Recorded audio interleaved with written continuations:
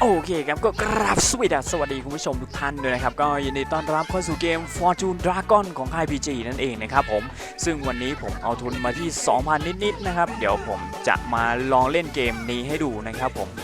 ช่วงนี้นี่เป็นเกมบั๊กนะครับผมนอกจากเกมกระต่ายก็จะมีเกมนี้แหละครับที่เป็นเกมบั๊กนะเรามาดูกันดีกว่านะครับว่าบั๊กยังไงนะครับผมมาตอนนี้ผมก็เริ่มเบ็ดที่6 บาทก่อนนะครับผมเอากะว่าจะเอาเศษออกไปก่อนนะแต่ว่าเกมนี้จะไม่เหมือนกับ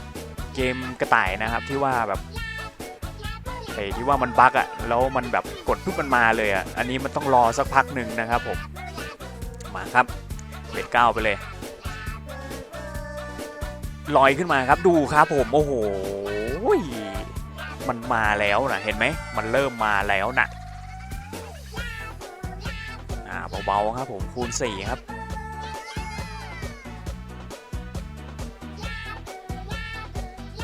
โอ้โห เบาจริงไปกันต่อครับ ดูลอยไหมลอยขึ้นมาอีกแล้วครับผมเป็นยังไงล่ะครับผมโอ้โห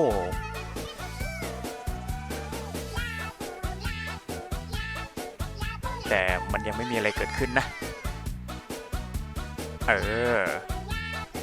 126ครับผมยังเหลืออีก 3-4 สปิน2 สปินสุดท้ายครับสุดท้ายแล้วให้ไม่ให้นะครับผมไม่เป็นไร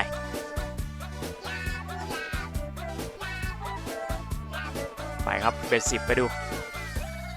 ลอยไหม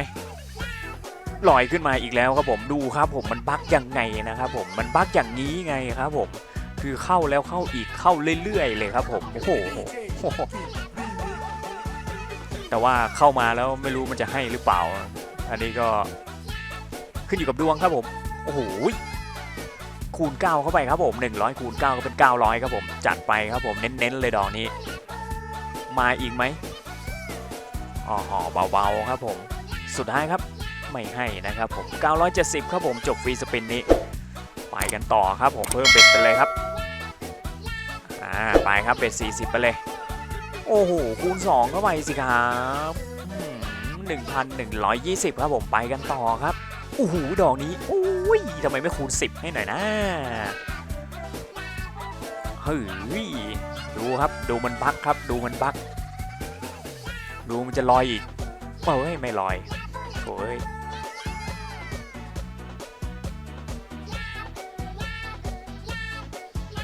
แต่คือแบบมันยังไงอ่ะ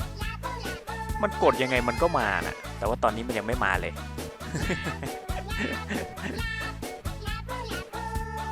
เอานี่ครับผม800ครับไปกันต่อครับผมยังเหลืออีก6 สปินนะครับผม6ไม่ใช่ฟรีสปินนะเป็นออโต้สปินลอยขึ้นมาอีกแล้วครับผมเป็นยังไงล่ะครับผมเอาเบส40เอาหน่อยดิคูณ7เข้าไปครับผม560ครับเอาอีกแล้วครับผมโอ้โหคูณ20ครับดอกนี้ครับผมจังๆเลยครับผมเน้นๆครับผมโอ้โหทำไมไม่เป็นแบบหน้าใหญ่ๆหน่อยนะไปครับยังเหลือคูณ20ไปอีกครับผมโอ้โห7,000แล้วตอนนี้ทำไมไม่คูณ20บ้างนะที่อย่างนี้ไม่คูณ20นะ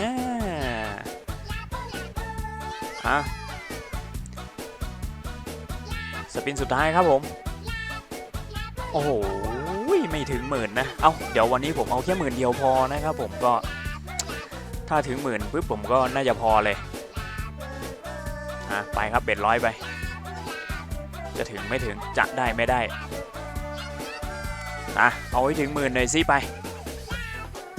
ก็ถ้าถึง10,000นี่แหละถึง10,000แน่นอนครับผมโอเคครับผมก็สำหรับใครที่ชอบคลิปนี้ก็อย่าลืมกดไลค์กด Subscribe ช่องผมเพื่อเป็นกำลังใจให้ผมด้วยแล้วกันนะครับผมไว้เจอกันใหม่คลิปหน้าสำหรับวันนี้สวัสดีครับผม